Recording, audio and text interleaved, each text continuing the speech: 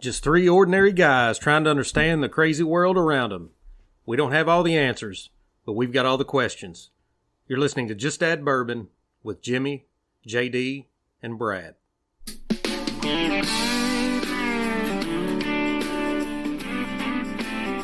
Welcome, everybody, to the Just Add Bourbon podcast. I'm Jimmy Don Kerr. And I'm JD Darren. And it is another beautiful Sunday evening here in the hills of eastern Kentucky. And we're without Brad today. Brad had some work engagement that he had to take care of today. And he'll probably miss the next couple of episodes with us. He's getting a new store open. So I honestly haven't even seen him this weekend. Normally I see him every weekend or, most days throughout the week. And I've barely seen the man. He's working hard right now. So, but we're glad you could join us. We're going to have probably a very serious conversation this evening, maybe a little controversial. And we're going to talk about the things that have been going on in our country for the past 2 or 3 weeks.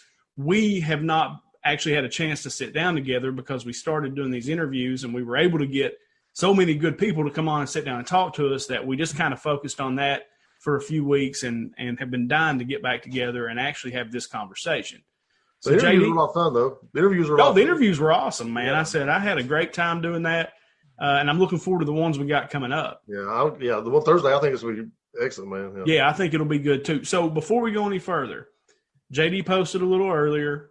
This podcast in the last probably month and a half has just really started to grow, and we want to capitalize on that momentum. So what we're asking everybody to do is, if you're watching this feed, is to share it. Then post in the comments, shared. And if we can get to 50 shares on this podcast live on Facebook, we will give someone $100. And I don't know if JD will give them cash. We'll get them a gift card. We'll do something, but it'll be $100. Yeah, absolutely. So do that. And then the other thing too is go to YouTube and subscribe. I mean, we've got over, 1,400 followers on Facebook, JD. And I think we've got maybe 50 or so subscribers on YouTube. And as we want to grow, because we're looking to build a studio, we're really looking to kind of, take this thing to the next level. We need to get those YouTube subscribers. So we have to have at least 1,000 to be able to monetize the podcast. So we're going to ask that you go on there. And it's not something we normally do on here, but we're going to ask tonight because we believe a lot of people will view this. This is going to be an important conversation that JD and I have. And we want as many people to see it as possible. So share this and then go to YouTube and subscribe to the Just Add Bourbon page. You can actually listen to all the old podcasts and see the videos of the interviews that we've done and all that. All right. So, JD, before we get into like the real serious conversation here, right? Are both your ears pierced? Oh, yeah. You like that? Look at that. Yeah. Looking good, buddy. What got into your mind to do that? Huh? What got in your mind to pierce your ears? I just decided I was going to embrace this midlife crisis. Grab it with both hands. Yeah. Anyway, ride this thing out. Let's see where it goes. I tell JD all the time, JD's one of those cats that can do things that I don't think I can do. Like I've seen him wear the hat. I don't know what you call those hats, JD. But it's hat or whatever. Yeah. Yeah, and JD can pull that off and looks good on him. And I think the ear piercing kind of suits you too, man. Yeah, look at that. Look, watch him show, ladies, right there. What up, girls? So, first thing, JD, it's been a while since we've been able to talk, and we've seen the country. I don't know, man. It's just been crazy the last, month, whatever. You got COVID-19, and then this thing with George Floyd essentially being murdered. And I told somebody the other day, I said, it's like the Black Plague, the Great Depression, and the 1960s all happened in like 3 months. It's the craziest thing. I mean, 2020 has been the craziest year. I blame it on we killed a Romney, man. It's been downhill ever since. right, that's it. So before we start, something that it's important for me to say this because I've told JD this multiple times, I am not really comfortable talking about race. And the reason for that is I'm a white guy who will never know what it is to be a black man in America. I actually live and grew up in a place that's 99.99999% white. And I always felt like it was kind of tone deaf to even talk about things that the black community needs to do, because it's one of those things where it annoys me, JD, for people to comment on Eastern Kentucky when they don't live here and know what it is to grow up here. Yeah, I mean, I agree. Like, it's tough because, I know myself, like, it's easy to say one little thing wrong and then you're labeled a racist, forever. And us putting ourselves out here on a podcast, on Facebook Live, and, it's going to be living forever, man, But I think it's, 2020, the world's going crazy. It's time to two white guys sit down and have a talk about race, man. Let's talk about it. And if we're uncomfortable with it, then all the better for it. Maybe we'll get some comments we can bring in.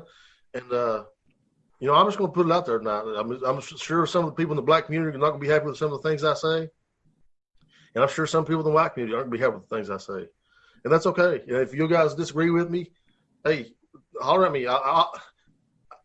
You know this about me, man. I think you've learned this about me. I will change my opinion. If I'm wrong, I will definitely change my opinion. If I am convinced I'm wrong, I have no problem changing my opinion. And I'm all ears. I like having these debates on Facebook and things because I want to know, man. If I'm going wrong, if I'm looking at it from the wrong perspective, I want to know it. Sure. And so let's put it out there and let's just see what it is, man. Yeah, and we want everybody, if you're watching, we want you to comment. We're going to try to talk about some of the questions you may have here on the show. JD and I will kind of kick these things back and forth and talk about. So, JD, let's just start at the genesis of the whole thing for the last, 2-3 weeks, and that's the death of George Floyd. And I'll start with this. I've watched that video one time. And the reason that I watched it only one time is because I couldn't watch it again. George Floyd was murdered, okay? And I don't care if you're white, you're black, you're Hispanic. I don't care. And I don't even care what you've done, what crime you committed. You do not deserve to be treated in that manner. The man was subdued, handcuffed on the ground, and the guy sat with his knee on his neck for over 8 minutes. Yeah. And what was so scary, or like even sad, JD, is that the guy almost went like to infantile state. He was begging for his mom. Yeah. And it was so sad to watch. And, I had somebody ask me the other day, they said, well, why do you think it's popped off because of this? And I said, I think it's because of that video. That video was so powerful, so scary. It was so sad. I don't know any other way to say it. I mean, it was awful to watch, and I think it just really struck home with everybody. Man, like, I watched a lot of those videos, and none of them's easy to watch. None of them are. But that thing, man, what struck me was this was in broad daylight in front of witnesses on camera, and this guy just didn't even care. He stayed on this dude's neck for over 8 minutes. Now, he's going to get a trial, all these things. But as far as I'm concerned, that dude murdered him. And people were just yelling at the guy, hey, man, what do you want from him? What do you want him to do? Like, he's out. And it's almost like he dug himself into that position, like he just wasn't going to move to prove a point. And it brings up the question, has this guy done this before and he got away with it? Maybe the person lived. I don't know. And it also brings up the question of, is it racially motivated? I don't know. Is it a power trip? Was this guy on a power trip? I don't know. All I know is this guy was emboldened and he was entrusted with the public to do a service, to serve and protect. And for him to disgrace that trust the way he did, it was a shame. And it was heart-wrenching to watch, man. It was just really tough. It really was. And I'm very pro cop, okay? And this has almost turned into, and this is some stuff we'll get into, it's turned into like an anti-cop thing. And I don't want people to think of it that way. I'm not even sure that it was a race thing. I'm not sure. I think you just had an asshole who was a cop that was a bad person. And like you said, maybe on some kind of power trip. I don't know. I don't know what was in that man's heart. I have no idea. And Emily Osborne, JD, had just, messaged on here, said they deserve a trial by jury. And she's talking about George Floyd, and she's right. that man is not the judge, jury, and executioner. He was the executioner in this case. Right. But the man had a right. I don't care what George Floyd did. And from what I can tell, he may have had a checkered past somewhat. Yeah. That doesn't matter. No, at all. I tried to put myself in that position. If that was me or if that was you, you're one of my best friends. And if he had you down like that, would I want that for you? No. Nobody should be treated that way. So I don't think anybody disagrees on that particular point, that if you've seen that video, what happened there was uncalled for and not right. Absolutely. So what kind of, I guess where I want to talk about next, JD, is from the police officer standpoint. Yeah. Do you think this is bad cops, bad policing? Do you think this guy was just a bad man and got caught on camera? Like, what do you think? I don't know. Like, I don't know the guy. I know that he's had like almost like I think 18 or 19 complaints in the past. And so this guy just seems like you said, man, he's probably just an asshole. Like, he's probably just a bad cop who was on a power trip. I mean, I know cops, man. They put the badge on. I don't know if they're allergic to that metal, makes their head swell, or what happens. But they used to get on this trip. I'm not saying. Definitely not saying all cops are bad. I'm definitely a pro-cop guy. But I'm also saying we got to get rid of these guys. This is one of those jobs you can't have any bad cops. You can't have them. No, I agree with that, because when you are – I know how I am anyway when it comes to police officers. Like, I try to treat those guys with respect because they have a dangerous job, okay? And I can't imagine what it's like for your job to be one that – you roll up on somebody in a car and you have no idea if they have a gun. You don't know what's going to go on, and you're going up there risking your life every single time that you do. So every time a police officer steps out the door to go protect and serve, they're putting their life on the line in most cases. And I'm trying to verbalize this the right way. They see a lot. Sure. So you don't know what their mental state is. They see a lot of death. They see a lot of things with kids. They see a lot of drugs. They see what drugs does to the community because they're policing those communities.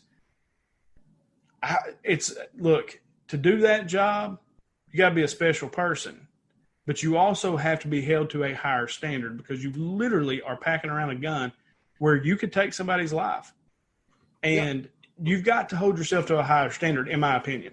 Well, the public's entrusted you to serve and protect, and we've given you the tools to do that. You know, not only the belts and the guns and the handcuffs, but we've also spent taxpayer money for the training to make you be able to handle situations that Joe Schmo down the road here can't handle.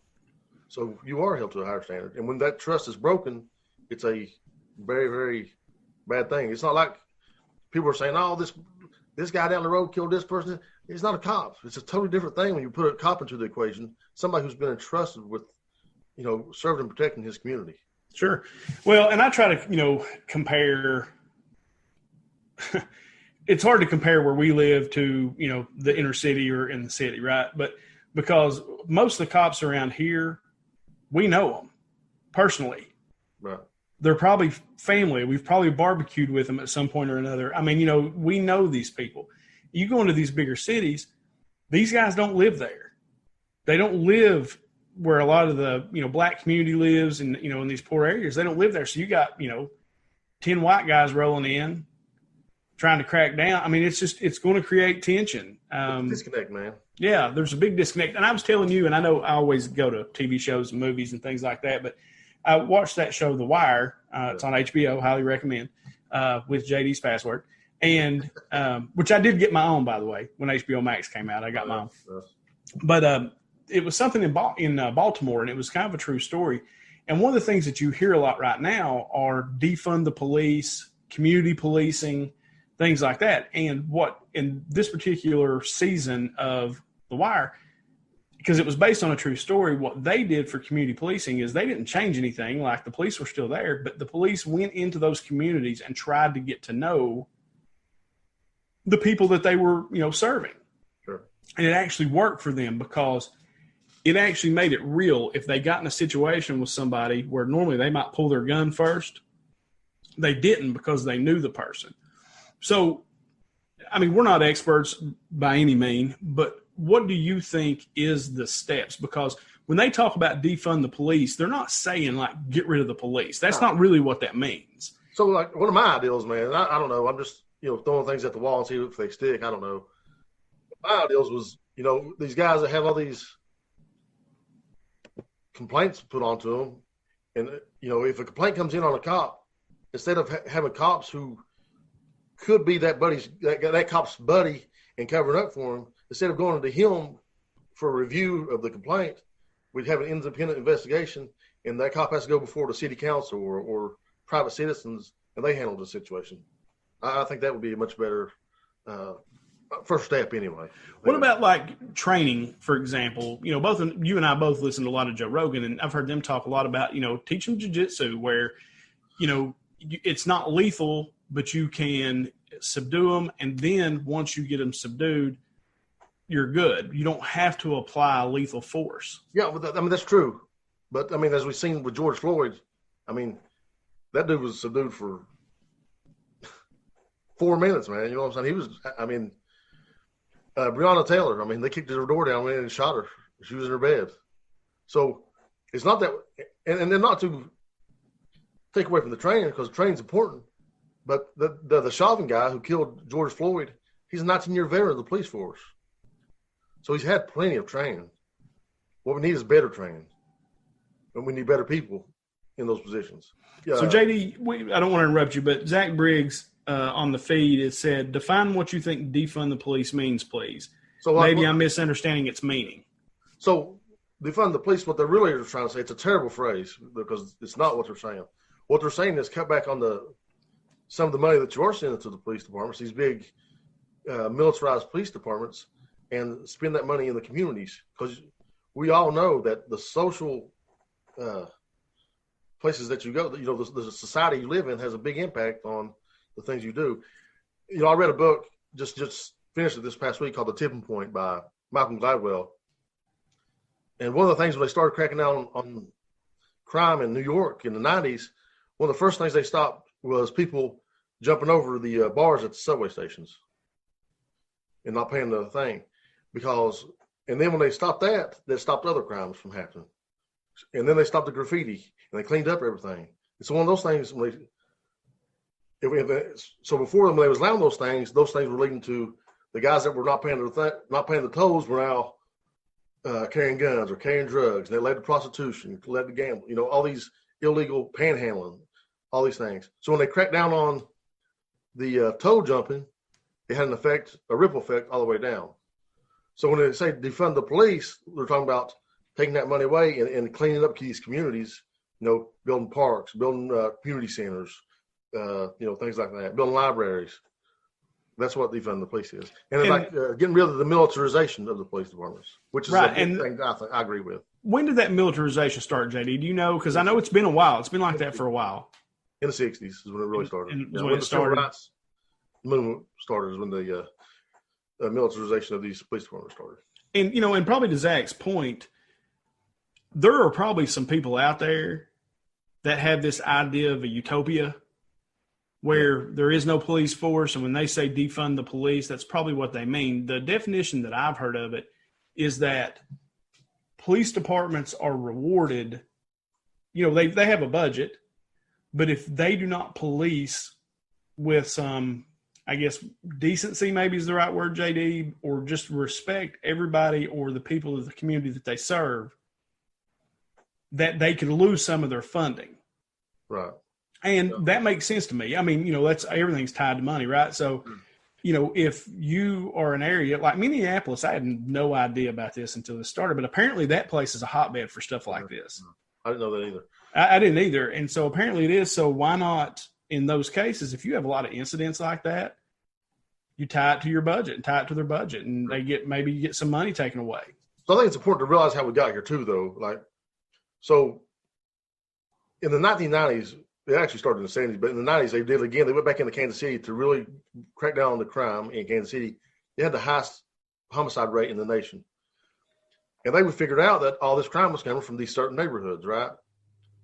And so what they did was they got really aggressive in these neighborhoods, and they allowed these cops to pull over these vehicles and do searches for any little a blinker out, a missed turn signal, rolling through a stop, just any little infraction, they could pull you over and they would find a reason to search your vehicle.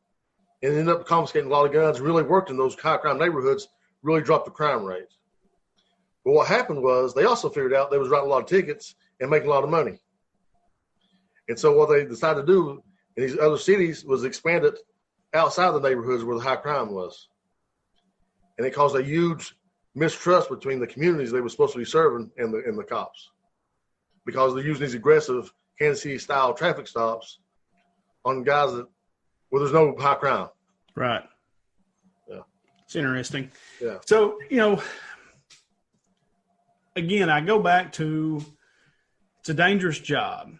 And, and when I'm trying to think in my head, just trying to, like I said, I'm not an expert on this, but I'm trying to think, one, they've been getting trained for years. They just need better training. And I think maybe teaching them, tactics where like jiu-jitsu or something like that, where they can subdue them fairly easy, get them down, get them handcuffed in the car. I think that's a good idea. I don't mind the idea of, if you perform at a high level, you get your full budget. If you have issues such as this, and it's proven that you have an issue, then they can take some of your funding away. I think that's good. I think the demilitarization is actually probably a good thing. And using some of that money in these communities to, like you said, help primarily with education, specifically in, these low income communities. I mean, not, much less than us. We talked to Charles Booker that day.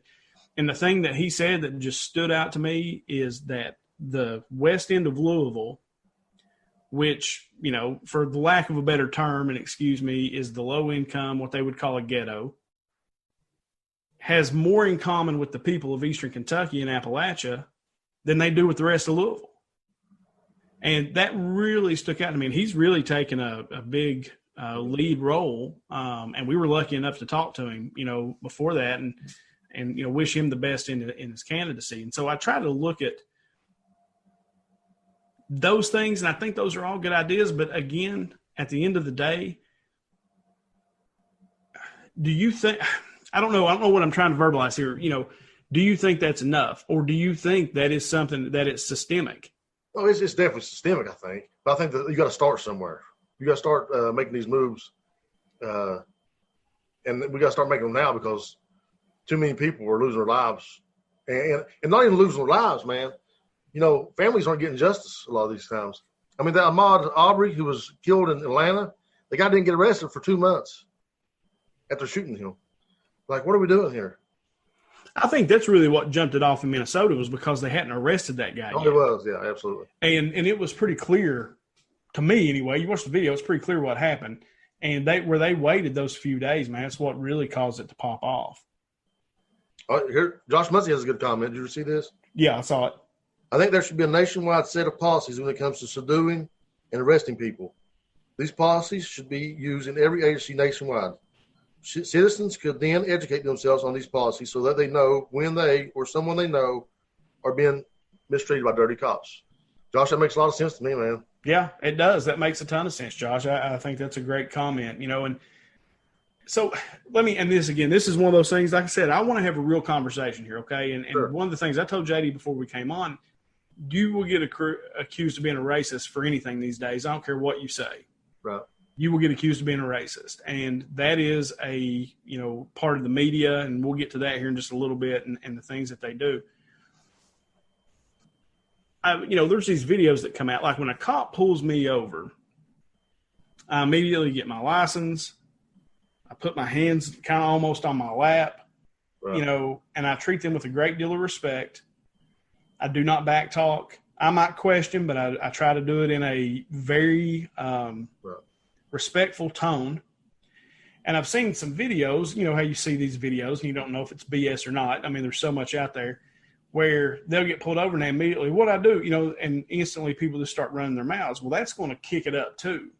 Right. With the cop, they're going to get nervous and things like that. What do you think about that? Should people, when the police approach them, just try to, treat them with respect and try to go that route? I think that's a smarter route. I think people should, but I know people are people too.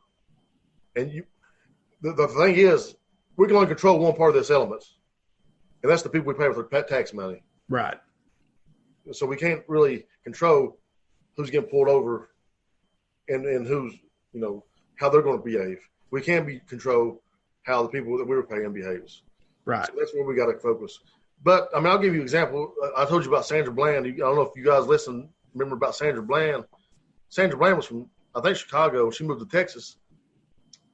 And she's driving down the road, and a cop pulls up right behind her bumper. And what do you do if a cop gets behind you and he's speeding, he's trying to get by? What do?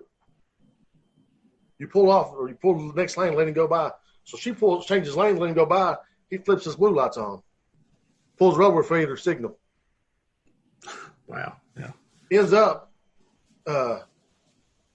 approaching her window, opposite side, passenger side, gets her license, registration, all that stuff. She's obviously annoyed because she did what she thought was the right thing to do, trying to get out of his way.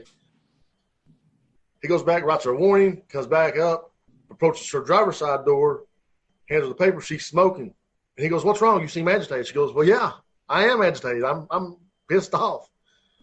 "Well, could you put your cigarette out?" "Well, I don't know why I'd have to put my cigarette out." Now, does she have to put her cigarette out? Does he have a right to tell her to put her cigarette out? Probably Absolutely not, no. And so she goes, "No, I don't want to put my cigarette out." She goes, "Okay, we can just step out of the car." "Well, I don't want to step out of the car." So he ends up dragging her out of the car and placing her under arrest. And she kills herself in jail 2 days later. So, better training, man. That guy did what he was trained to do, but it's not good training. He's not in a high crime area. He's out in the middle of a back road in Texas, man. You know what I'm saying? Right. He's treating this woman like it's an inner city drug stop. You know what I mean? It's just crazy to me. So I feel like there's, or at least the media makes it appear that there's an issue with this in the black community. And so out of the George Floyd, you had these protests erupt, you had riots break out. And I'll kind of give you my take on that first. Of course, we've said it on here many times. Protests are a good thing. That's almost one of your God-given rights as an American citizen, is the right to be able to, protest in a peaceful manner. Right. And that brought up a couple of things, like with Colin Kaepernick. Sure. But, and you had a lot of peaceful protesting. There was a lot of that going on. But you also a bunch of rioting and opportunists taking advantage of a situation and burning down businesses and going into stores and looting. And it wasn't black people by themselves. There were white people there with them, doing the exact same thing, tearing crap up. I will never be okay with a riot. Now, I told JD once before, sometimes a little violence helps. Okay. Most things in this country that moved in a positive direction, there was some violence that occurred. And I'm not saying that you need to go burn down somebody's business. They burnt down businesses, people that had nothing to do with this. It was people in their own community, burnt their businesses down. It'd be like, I don't know, JD, a defensive coordinator in another town gets, picked up on some kind of charge, and now we're protesting defensive coordinators, and they go burn down your house. Right. Well, that doesn't make any sense. Right. That's stupid. Right. So the rioting part, I can't get behind. Like I said, a little bit of violence here and there, tearing some stuff up, but they almost burnt Minneapolis down. It looked like a war zone. Now that's a little too much. In New York, they were just wide open because the cops weren't doing anything. Right. They were just wide open. I think the protests have been good, and what really, for me anyway, makes me feel good is I think that we have, because I've always believed that racism was a generational thing. And maybe I'm ignorant to believe such, but I think you see that things are better because in these protests, you have white and black people arm in arm protest more than you've ever seen. Sure. And in little communities like here in Eastern Kentucky, we don't even have any black folks here. Yeah. There's no black people in Eastern Kentucky. And there were protests here, peaceful protests. It's like, people get it. This is enough. If this is what's going on, enough is enough. And so I'm absolutely for the peaceful protest, and I think it will work. But it really got people's attention when the looting and the rioting started. And it was something, JD, I wanted to touch on with Colin Kaepernick. And it was something I told you that at the time, I did not agree with it at all. Right. All right. I did not agree with him kneeling during the national anthem. I still don't. Right. Okay. I still don't agree with that as that type of protest. But it is, I do believe now, and this has changed for me, I believe that I do not have the right to judge him for how he chose to protest, because it did get some attention, but nothing really happened. Yeah.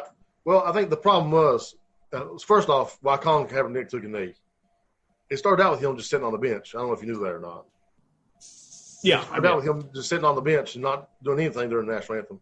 So a Green Beret wrote him a letter or tweeted him or emailed him, whatever. Got in contact with him. He said, I'd like to talk to you about it. So they meet, and when the Green Beret says, I'd rather you kneel. And so that's when Colin started kneeling during the national anthem. At the request of a veteran. Yeah. And so what else happened? You know, we have all these people, we're for peaceful protests. We're peaceful protests. The problem was when we had peaceful protests, everybody was not listening. It turned into a right-wing political talking point instead of what the issue was.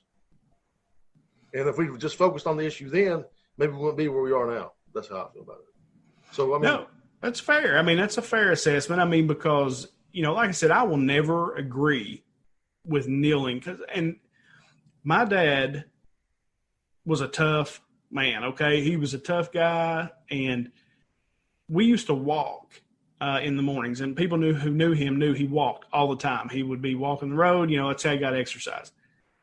And I would walk with him in the mornings. And one day he told me, he said, look, because we were having a similar, not this kind of conversation, but we were having a conversation about race, and I was asking questions, trying to understand some things.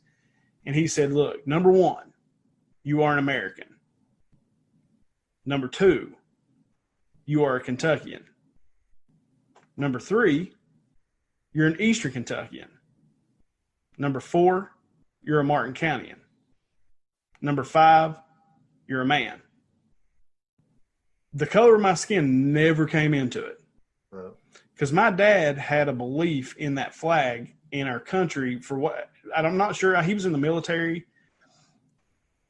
but he had a belief in what our country stood for and the idea behind what the United States of America could be. And he would always tell me, he said, son, it's not perfect. He said, we have a very, very checkered history. He said, with slavery and different things, he said, those are bad things. He said, but we are the one country that will try to change. And so for me, being raised with that belief, that's why for me that flag stands for something. The idea of what that flag stands for means something to me. So the kneeling part bothered me. Right. But it also means that I have no right to judge Colin Kaepernick and the way that he chose to protest. And I completely changed on that. That's one of those things where I feel like I can change too. I'll listen. If I think I'm wrong, I don't care to say it and change. And that's something that I truly, you know, believe in. And my dad, it used to drive him nuts when black people would call themselves African Americans. Yeah. And I was like, well, why? He said, because they're Americans. It doesn't matter what color your skin is. It's really a silly description. African American really doesn't make any sense, right? You know, I had a good friend from England. He was married to a white lady from Morocco, but she now lived in America. Was she African American? Right. But she's not black, you know. Yeah. So African American is not a race, okay? And you know, if you get technical about it, race ain't really a thing anyway. It's all societal. Anyway, I know the difference in people's skin tone. It just doesn't matter to me. You know what I mean? That's all. What was we talking about, though? Right. Well, let me tell you something. This is something Brad actually said. Since he's not on here, it's something Brad told me the other day, and I thought was really interesting. Is he said, look, when people talk about racism, he said, you know, because I even have said it, my job is to raise my kids to not be bigots and to treat everyone the same. And he said, now think about that. He said, because he grew up in a place where there were Hispanics, black people, you know, all kinds, you know, it was very diverse. And he said, when they're kids, he said, we're telling our kids now, just because they're different doesn't mean we should treat them any different. But in a child's eyes, they're looking at him and say, well, he's a different color than I am, so he is different, but he's just my friend. Yeah. He said, we're teaching them to make the difference. Yeah. When we say, look, don't do that, and at a young age, and he's right. Because if you make no difference, it doesn't matter who they are. Just treat them with kindness. Be good to them. They're your friends. Treat them well. And racism is nothing new, man. This didn't, it's something we've dealt with since the beginning of time. And I told you the story, man. I'll tell it on here about me going to Johnson Controls and working in Tennessee. I was 17 years old. My first job, I was working in a factory. And I'd be on the line with some white guys, some black ladies, some black guys, some white ladies. Just the mix-ups. And we'd all be cutting up online, working away. And the bell would ring to go to lunch.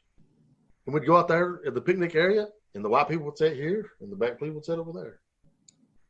And it just really blew my mind. And I don't know that was racism, or if just that, birds of a feather flock together. You know what I'm saying, man? Like people you sit with. Right. And I feel like people that come from the same cultures and raised in similar ways are going to do that. But for me at 17 years old to see people separate like with race like that, especially being in Tennessee in the South, I was like, man, that's interesting. I was in Pulaski, Tennessee, where the KKK was originated, where I was working at. Right. And well, I had a similar experience, JD. My dad even told me, he said, growing up, he said, I was probably a little racist. He said, I just didn't know any better, and I told you I had an uncle, a great uncle, who I loved dearly, right. was one of the most racist people I've ever been around in my life. And he always told the story. He got out of the military, got out of the Army, got off a bus in Cincinnati, and 5 black dudes jumped him, beat him with an inch of his life, and stole everything that he had. And from that point on, he hated black people, just hated them. Right. And I was like, let it make any sense. There's, 13 million, black people out there. That 5 ruined the whole thing for you. Yeah. And he was like, yeah, it did. And then my old man was like, look, he said, because I was talking to him about that, and he said, look, when I went off to the military, he said, I was probably a little racist myself. He said, then I got to the military, and one of my best friends ended up being this black dude. And said, he said, and I figured out he's just like me.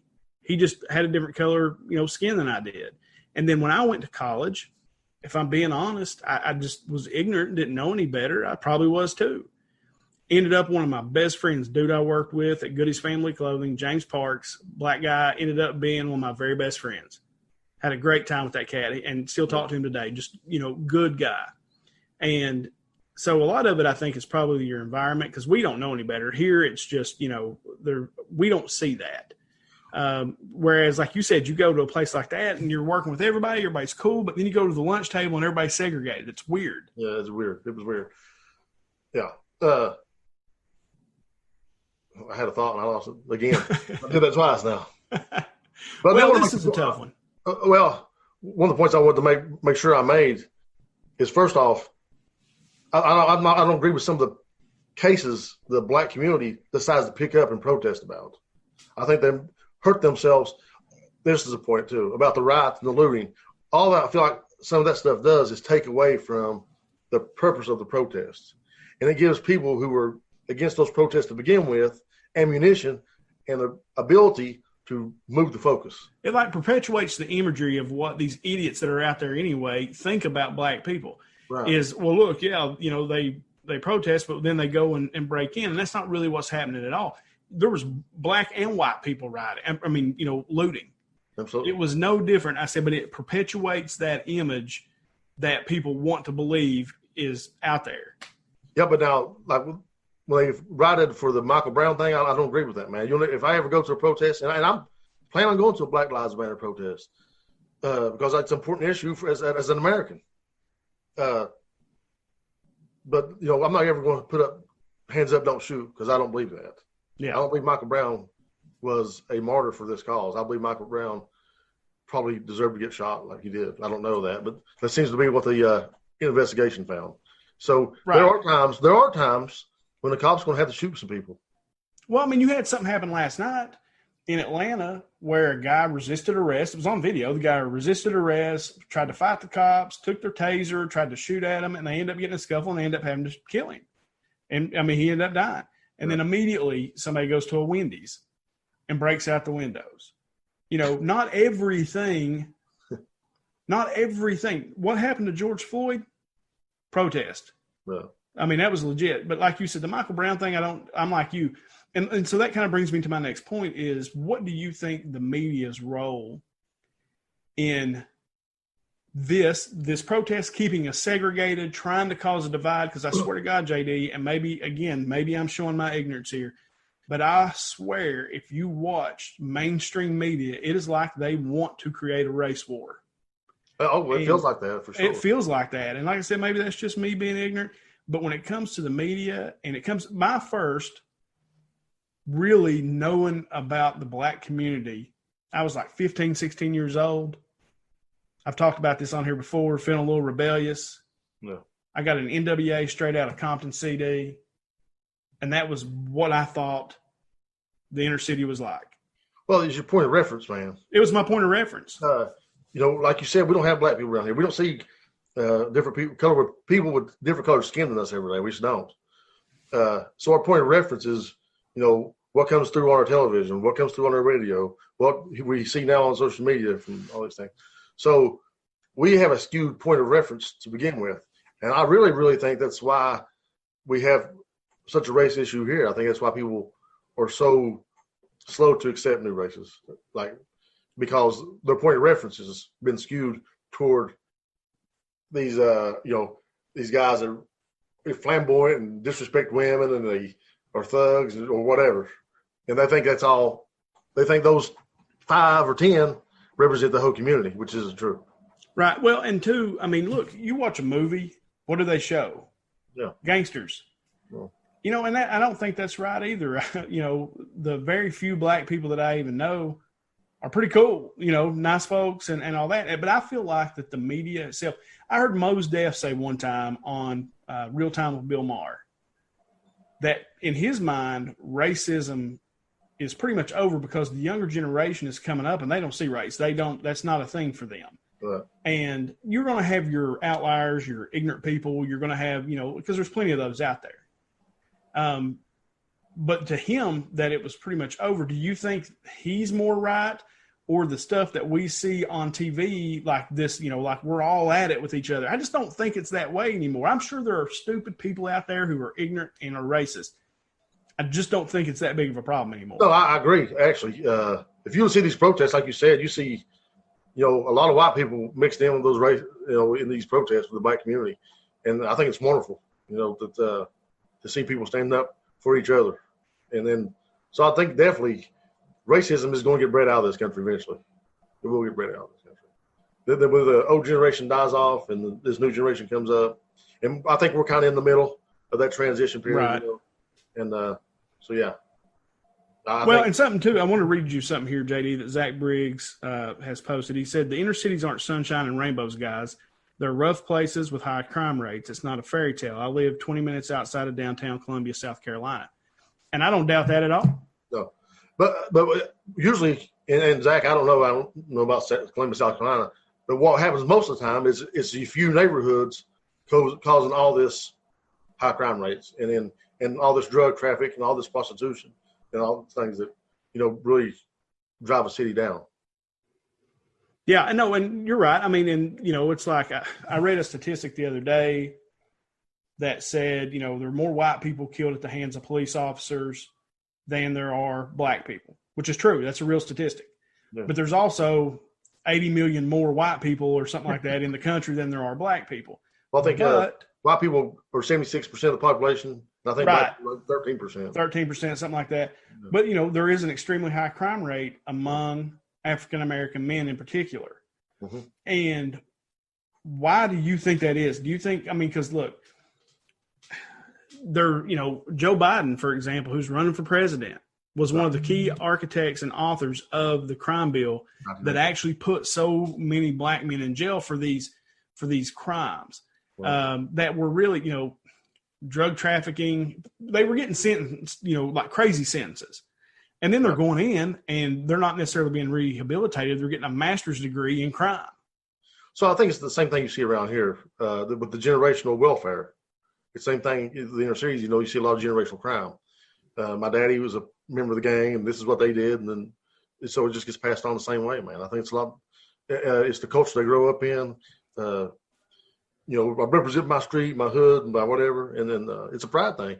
When Johnson Central when Johnson Central was playing Bull County in the state championship game, that guy from Bull County said something bad about Johnson Central or the East Kentucky. We didn't like it none. No, sir. So when people hear us talk about the inner cities, they're like, no, we don't know nothing about it. Right. But I feel like there's a lot of the same. First off, it's a lot like around here too, just with the west end of Louisville. Opportunity, man. Opportunity. There's not opportunity for these people. What are you going to do? Like, are you going to sell drugs and make $600 a week, or are you going to work at McDonald's and make $80 a week? Right.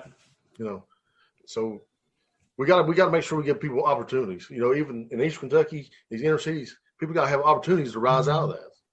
And people can, man. And I know there's cases of people doing it, but we need to remove some of the hurdles for it to happen. Right. So here's something I want to talk about. And like I said, this may be the only place in this that you and I really disagree a whole lot is, and this is something that I believe, and my liberal friends on here may or may not like this comment. All these, we're going to talk about the monuments that they're tearing down, those things. The people that they're tearing statues down of were all Democrats. Okay. The people who started the KKK were Democrats. Right. The leaders of all these cities where you're seeing it pop off and nothing's being done, all that, are all led by and have historically been led by Democrats. Okay. The Democratic Party, and this, I just want you to respond to this. This is why I'm asking, because I'm interested to know what you think. All right. So the black community has followed Democrats for 40 plus years. Right. Nothing's really happened. Well, I mean, look where we are right now. So who gave? Right, hold on. Let me finish, and you can go. I'll let you go. Go You had a black president for 8 years, right, who did nothing to reform crime, the crime bill, or to reform that. Right. Yet people will call Donald Trump and the people who support Donald Trump racist. And Trump is the only president I can remember in recent time that's actually tried to work on the crime reform bill, which is something that really impacts these black communities, tears apart family, things like that. So kind of give me your response when somebody like me who's I don't know, I was a Democrat for years. I consider myself an old school Democrat. Sure. When somebody says that, like, what's your retort? My retort is, you're right. A lot of these statues, those guys were Democrats. But the Democratic Party has changed a lot in the last 150 years. And the Republican Party has changed a lot in 150 years. If you was out right now in Inez and you've seen two guys in a Ford Ranger that had a rebel flag on the back, who do you think they was voting for? Hillary. Really? Really? Yeah. You would really think that? No, I would not think that, JD. What would you think? Kidding. I was giving you a hard time. Who do you think they'd vote for? Oh, I figured they're voting Republican most likely. Right. Why is that? Just because more people in the South are, more Republican. I mean, as far as that goes, they're more. That's their ideology. So I'm not going to do that. So Democrats were for slavery. That was the South, right? Mm-hmm. And then the proclamation was made. Then the 13th Amendment came through. Then the 14th Amendment came through. Then we had the Jim Crow South, where the Democrats were still in control of the South. And then we had the civil rights, where what happened? Everything flipped. Now all the southern states are Republicans, and all the northern states are Democratic, or places with big populations. Because the Democrats they passed the Civil Rights Act. They gave black voters the right to vote. They gave women the right to vote. They've always been the party, well, not always, but since the 1920s, have been the party of the people, the voice for people who were voiceless. Not the party for the Republicans or the party of the businessman. That's the Republican Party. Mm-hmm. So that's my reaction to that. Is that a lot of things have changed in 150 years. Right. So again, let me come back to that question. And this is not a gotcha thing. I'm just like, really, what do you think? Because the black community has supported Democrats for years, and it just honestly, and this is a total talking point, Sure. That you'll hear on any mainstream channel that is conservative, but they only seem to show up around election time. Right. So why would the black community not give the Republican Party a chance? Because, okay, my opinion is we talk about the economy being cyclical. Cyclical, yeah. Yeah. And it is. Every time we get a Republican in office, the economy crashes. Mm-hmm. And the Democrat is coming behind them and had to fix the economy every single time. Reagan was in office, then George Bush Sr. was in office, and what Bill Clinton had to do, he had to come in, build the economy again. George W. Bush got in office, and what happened? Recession since the 1920s. Now, you can't say that Trump's economy went down until hold on now, let me finish. Until three of the biggest things in history all happened at one time. It's my turn. Obama came in and fixed the economy, got it growing. Then Trump comes in and it keeps the economy growing for a long time. But do you know we was in recession before the coronavirus come? I did not. Yeah, we started in the recession in February. Because now we're 3 years into his economy, and his policies are starting to have effect on the economy, and it's starting to tank. All right, so Mr. Philip Wheeler, guest we had on a few weeks ago, our current state senator, has commented. Said this is a myth. The Civil Rights Act of 1964 would not have passed but for Republican votes. So who controlled the House and Senate at that time? That I'm not sure. There's the Democrats that did. Yeah. So they might have needed some Republican votes, but it flipped. The Republicans flipped the whole. From that day on, Republicans were now in the South and the Democrats were in the North. That's what happened. And again, like I said, I don't like to play gotcha with JD because I love JD, and we have friendly debates all the time. But I heard two other things, and I haven't got to see you, so I wanted to ask you what you thought about these two things. One was Bomani Jones. You know who Bomani Jones is, sportscaster? Yeah. All right, so he actually made a comment. He was doing something with Matt Jones, the Matt Jones podcast, and they were talking. And he said that white people in the South hate all black people except for the ones that they know. And said that white people in the North like all black people except for the ones that they know. And then that follows up with Van Jones saying that the most dangerous set of people to the black community, and I could not, Mr. Whitelash himself, I could not believe he said this. He said it's not the KKK, it's not the white supremacist, it is the white liberal. Female. So I think is what he said. Did he say white male? Okay, go ahead. Female, I think he said. But anyway, because I get his point, it makes a lot of sense. Mm-hmm. Because the KKK guy's racist. The Nazis are racist. But these people who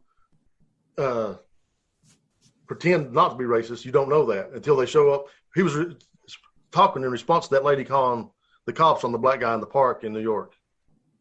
And that's why he made the comment they did, because she was supposed to be a liberal, but you can't look at her and know she's racist. That's what his point was. It's not that he feels when people are greater danger to him. You just don't know that they're racist. Does that make sense? The KKK guy's racist. Sense. Yeah, and I think that was his point. It makes a lot of sense.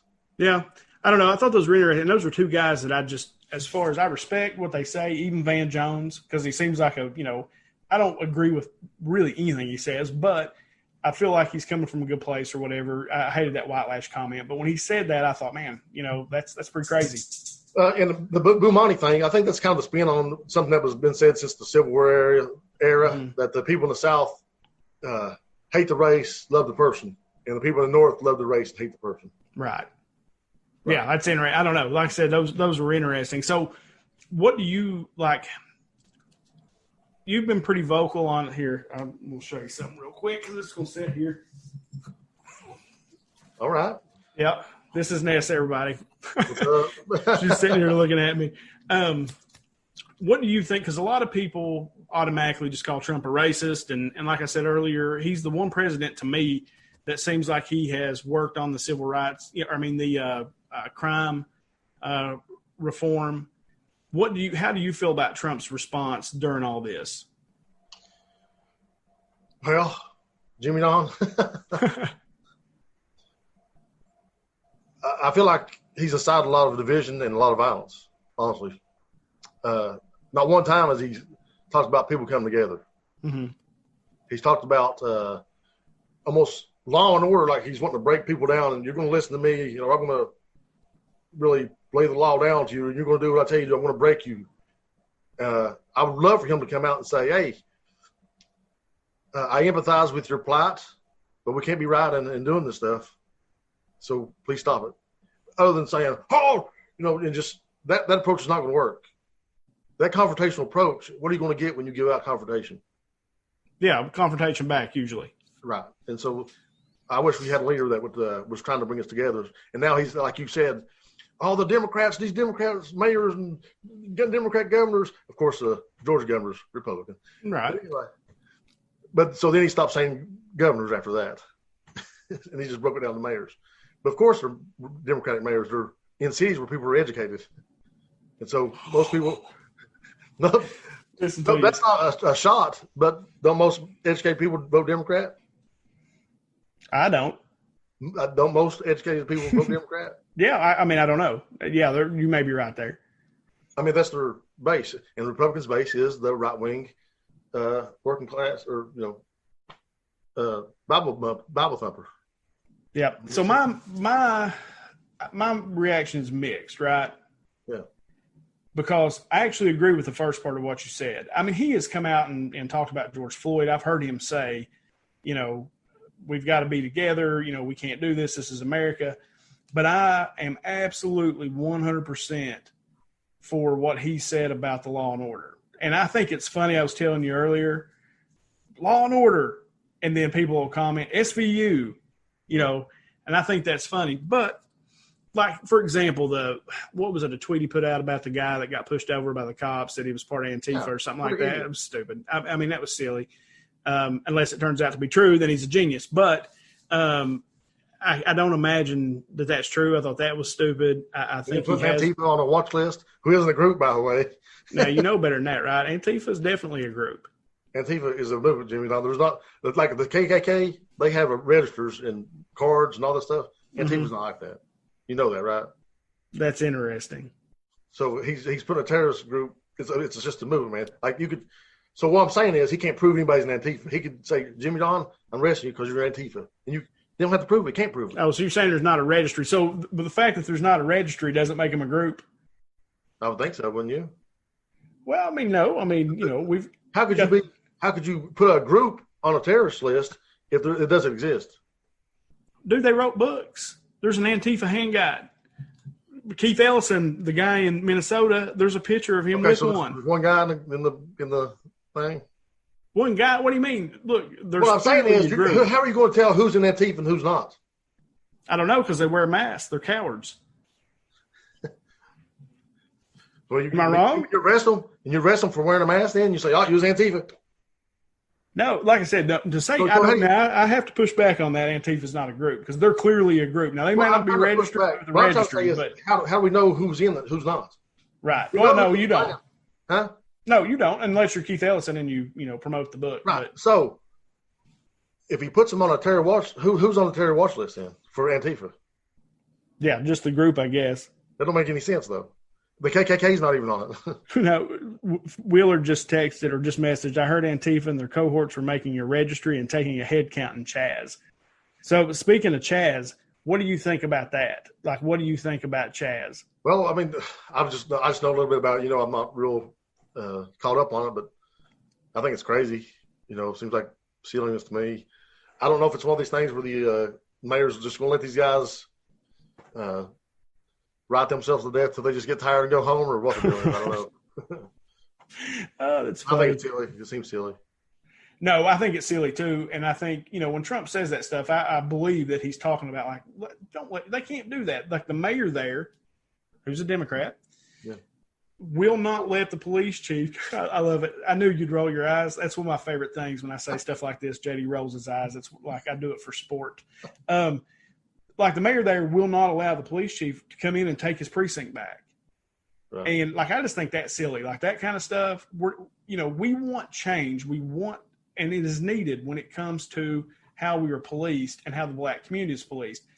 But we're not talking about destroying society here. We're, look, go to the house. And I know this is so cliche and so stupid to say, but really, if you don't like it and you want to live in that type of community, there are places in the country that practice that type of, not in the country, in the world, that practice that type of thing, that you can go there and live.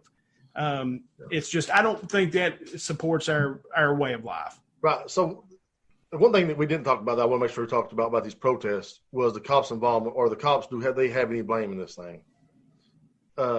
Because every time I've seen that the cops have come in and set their riot gear down and empathize with the protesters, it's always been peaceful. Sure. So, like I just said, if you give confrontation, what are you going to get? Yeah, no, you're definitely going to get confrontation. But I mean, I feel like in most cases the police have done that. The only time that they've had to really act against is if there was rioting or looting, or they were instigating that kind of thing. Well, I mean, from a lot of the protesters I've seen, they're saying that the cops are initiating with the gas cans and with rubber bullets into peaceful crowds. Yeah, I haven't. Now, to be fair, I haven't seen that, but that's that could be happening. So let's talk about a couple things, JD, because we're already an hour, so I can't believe how fast that went. Yeah.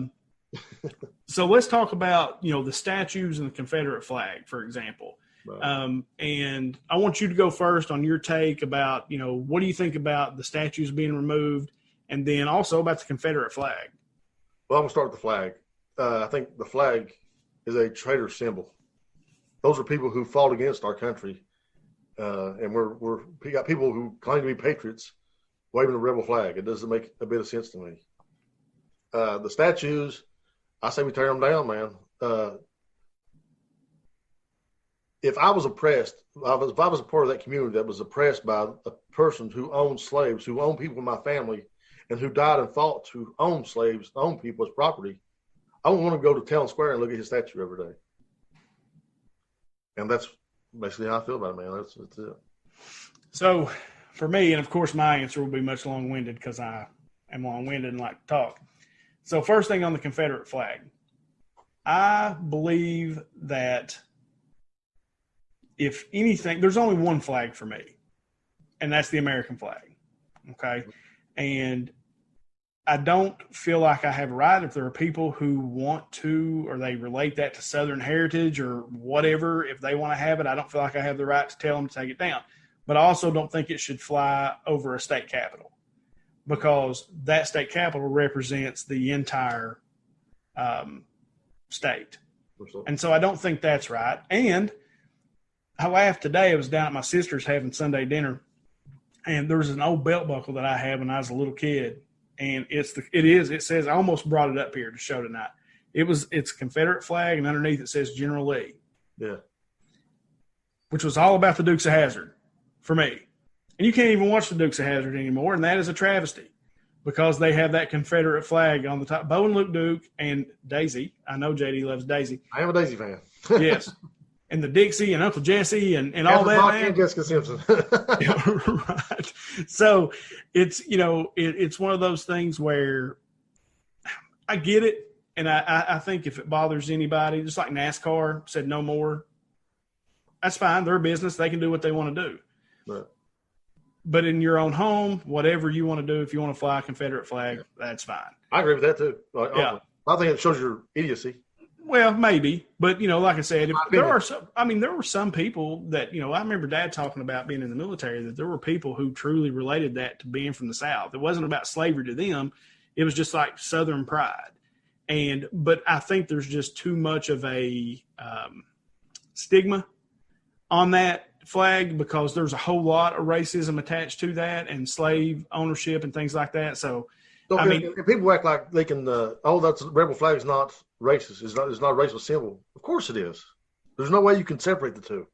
The people who did start the KKK in Pulaski, Tennessee, were Confederate soldiers who fought under that flag.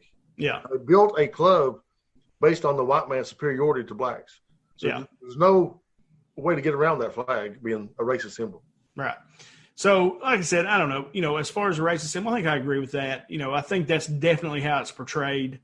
Now, on the statues, That's another one of those things, dude, where it's a slippery slope, in my opinion, that you cannot just erase our history. Okay? Those things happen for good or bad. Right. Those things happen. Now, again, like our governor, Andy Beshear, took the Jefferson Davis, they're going to vote to take it down, and they'll take it to the national park or the state park, whatever it is. Like, for me, I also get that because, again, that capital is supposed to represent all the people of the state of Kentucky. Right. But he's also wanting to replace it with a statue of a black man, which overall I don't necessarily have a problem with. But I personally don't think you should put any statues in there.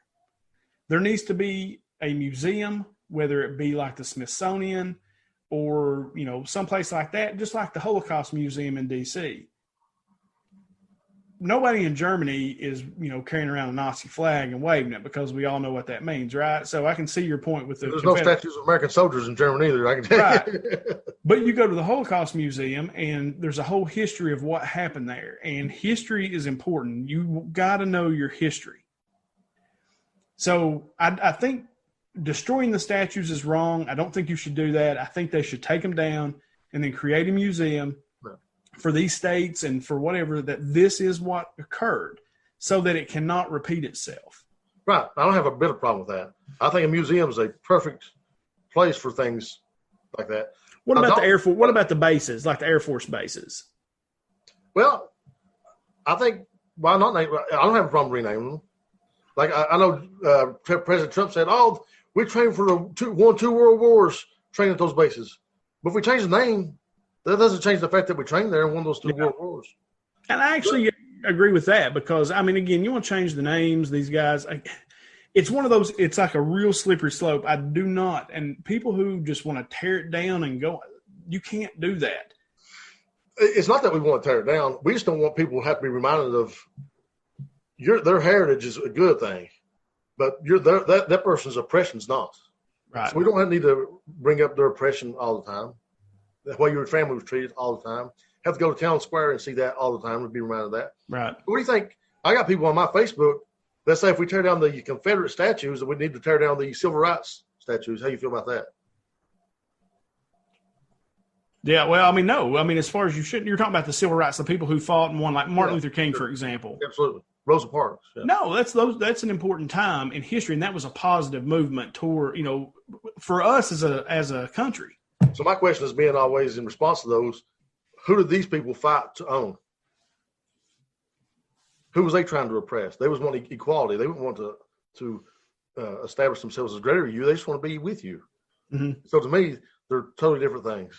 Yeah, no, I agree with that. I think that's a good take. And like I said, as far as you can erase history, those things happened, good or bad, and we got past them.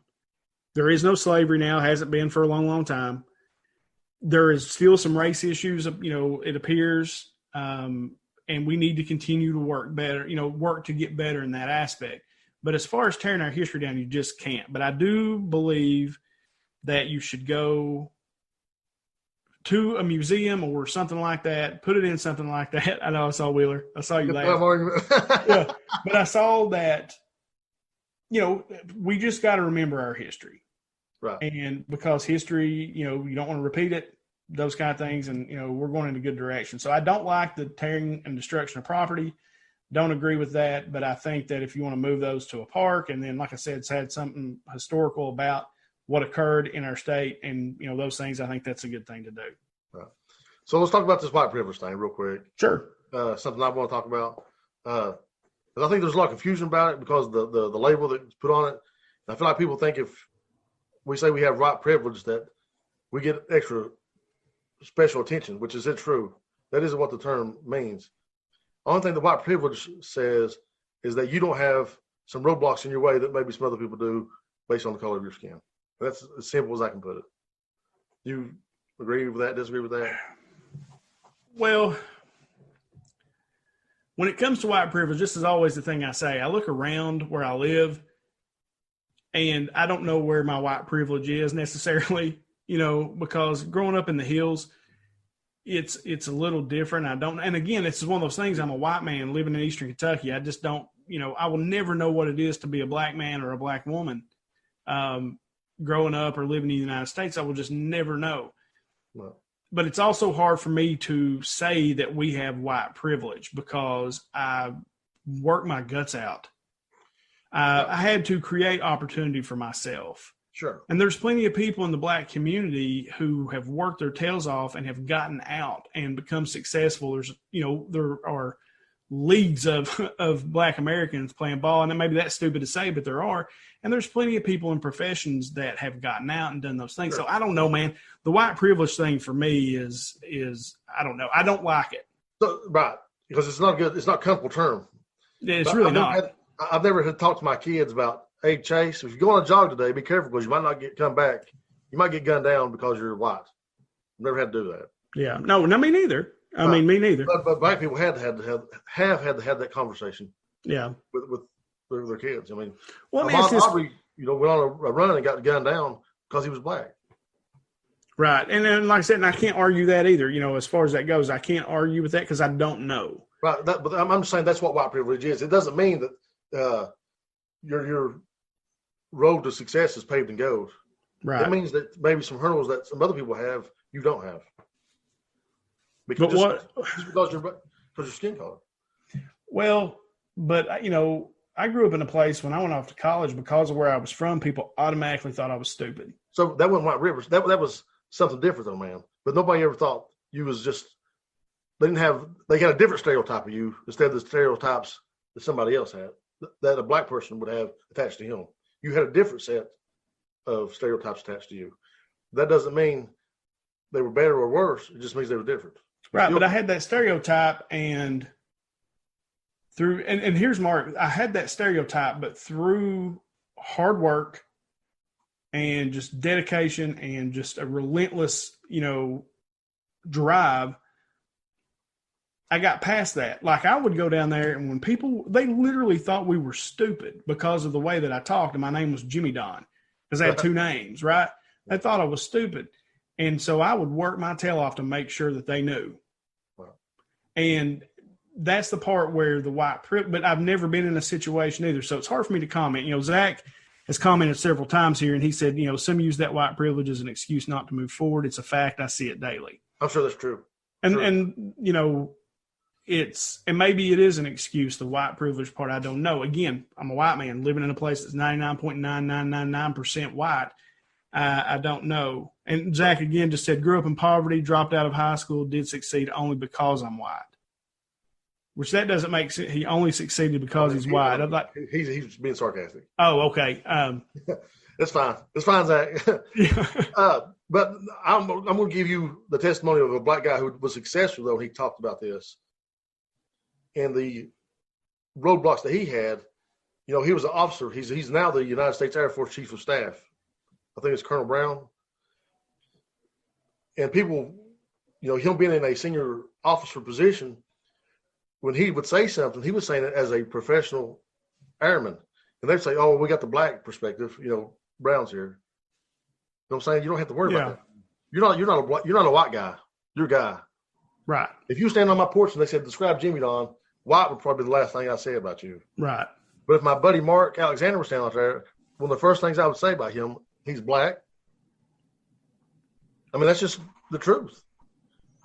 And it's not a bad thing, but it's just how we describe people. I mean, you're a man. Like I would say Jimmy Don's a guy, and I would say, he's a black guy. And that's the part for me that I've got to be more educated on, is, and let me ask you this question, because this is something, again, this is one of those things that have not come across right, but I'm just going to ask it anyway. So, like I do daily, not daily, especially since all this stuff started, at dinner, sit down with the kids and said, hey, look, got any questions about what's going on here, why this is happening? I've tried to explain some historical things, give them some things to read, and I'm really trying to educate them on why you're seeing this kind of thing pop off, and trying to teach them not to be bigots, not to, it doesn't matter the color of your skin, if you're gay, if you're transgender, you're people, and you treat those people the way that you want to be treated. If you want to be, you're you're going to be called an ignorant hillbilly because you have a Southern accent. When you go off, people will automatically underestimate you because of the way that you talk. And you're going to have to fight that. Know that. But that doesn't mean you be mean. You just outwork them and show them where we come from and why we come from, where we come from, and what we've got.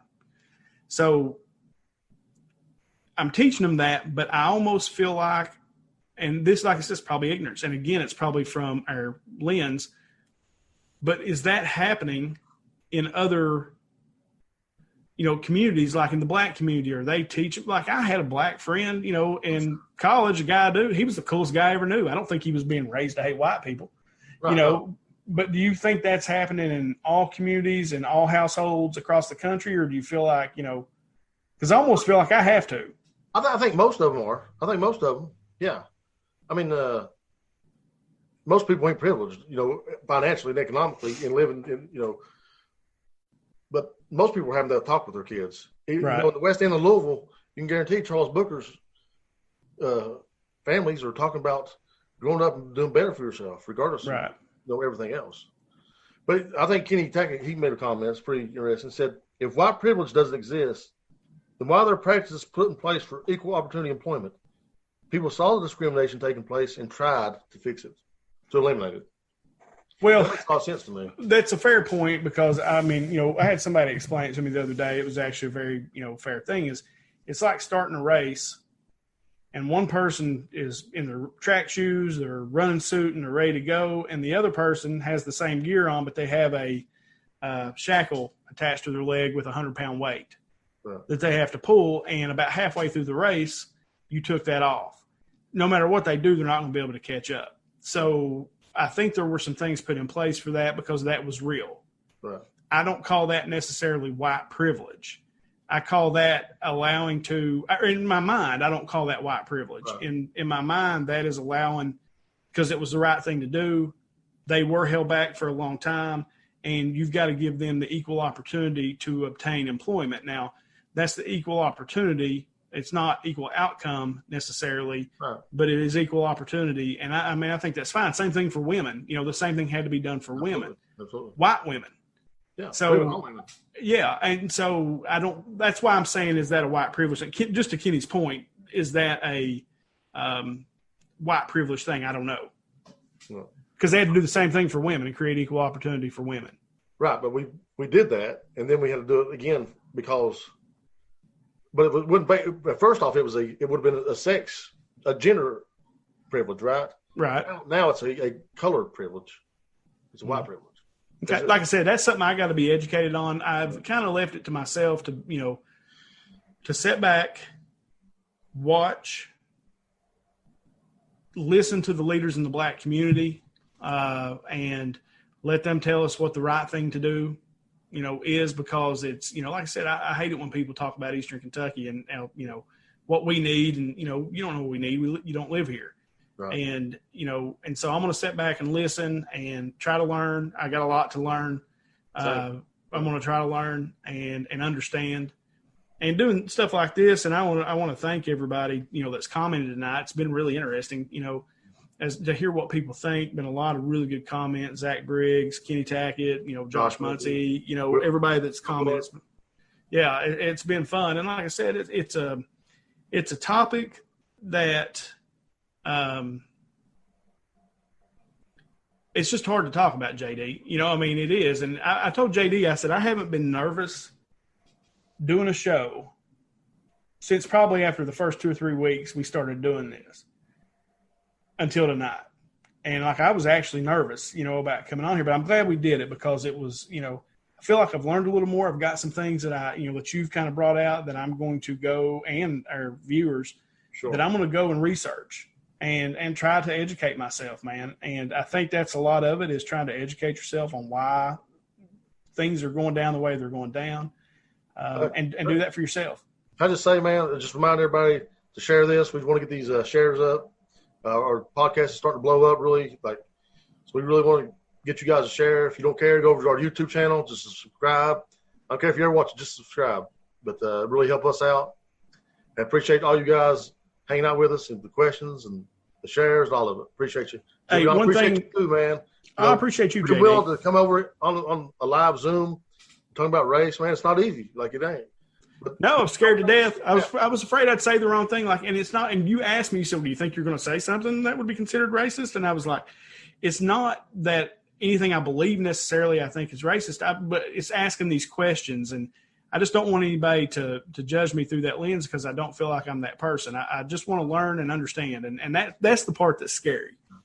Well, I appreciate you doing it, man. Oh, it's all good, dude. I love you. It's like I said, I just got a lot of respect, and we'll get all sappy, but I got a lot of respect for the things that JD says, and I got two more things I want to discuss, JD. I know we're way over, but I got two more things I got to discuss. Let's do it. So,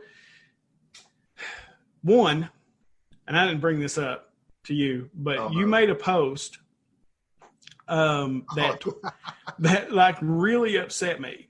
And I don't get mad at anything JD posts, okay? Like, I enjoy reading JD's posts because I tell him I like to read intelligent discussion, things like that I think is not propaganda, okay? Like, I can't watch mainstream news. I just can't watch it because it's all propagandized. I don't care if it's Fox, if it's, CNN. I don't care what it is. It's all propaganda.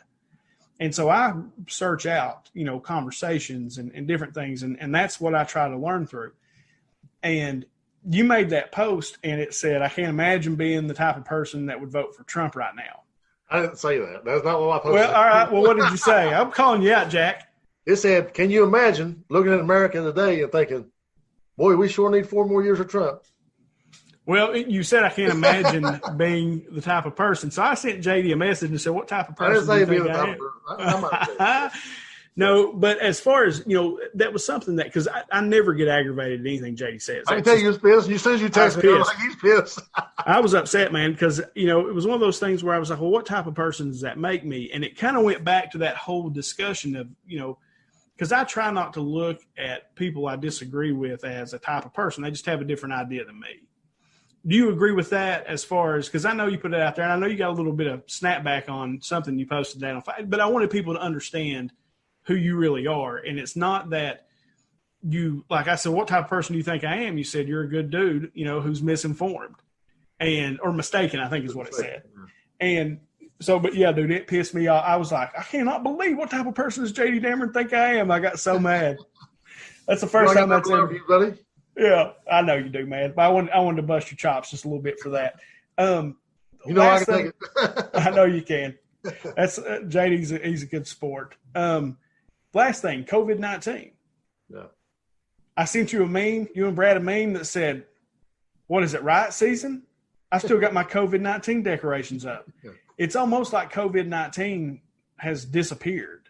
Now, I know that I've seen some things, cases seem to be going up as we try to go back to regular life, and I think that's going to happen no matter what. But do you think that there's going to be this massive second wave and we got to shut the country down again? Man, I sure hope not, because I ain't trying to miss football season. I'm just going to tell you right now. Like, of all the things that's going on, I'm worried about football season, right? Right. Well, me too, Jack. I've already paid for my season tickets for the Cats, and I'm and Eric. Man, what's going to happen? It's a lot of people. This rioting though, some things just are more important though. You know what I mean? These riots. I seen a meme. I thought it was pretty good. It's like, COVID-19 is like some killer bees, but your friends out there fighting the bear. You got to run out there and fight that bear and run through the bees and fight the bear, and then you go back to run from the bees. And I thought that was pretty good. What was the other one? Did we just skip over Mad Hornets? I think that was one too. I feel like we missed. Did we skip the Murder Hornets? Because I feel like we skipped them. yeah. I thought that was pretty funny. I saw that one and thought people are hilarious, man. The internet is the best thing in the whole wide world. Yeah, I thought that one was pretty good too. So, did we hit everything, JD, that we wanted to talk about? I think so, man. Think so too. All right, man. So look, guys, as JD said, share this live episode. If we get to 50 shares, we will randomly choose someone for a $100 gift. We'll do a drawing. Yeah. We'll do a drawing. We'll give somebody $100. And as JD said too, go to our YouTube page and subscribe, because we've really started to grow. And believe it or not, JD, we do 5 more of these. We will be at 50 episodes of our regular show.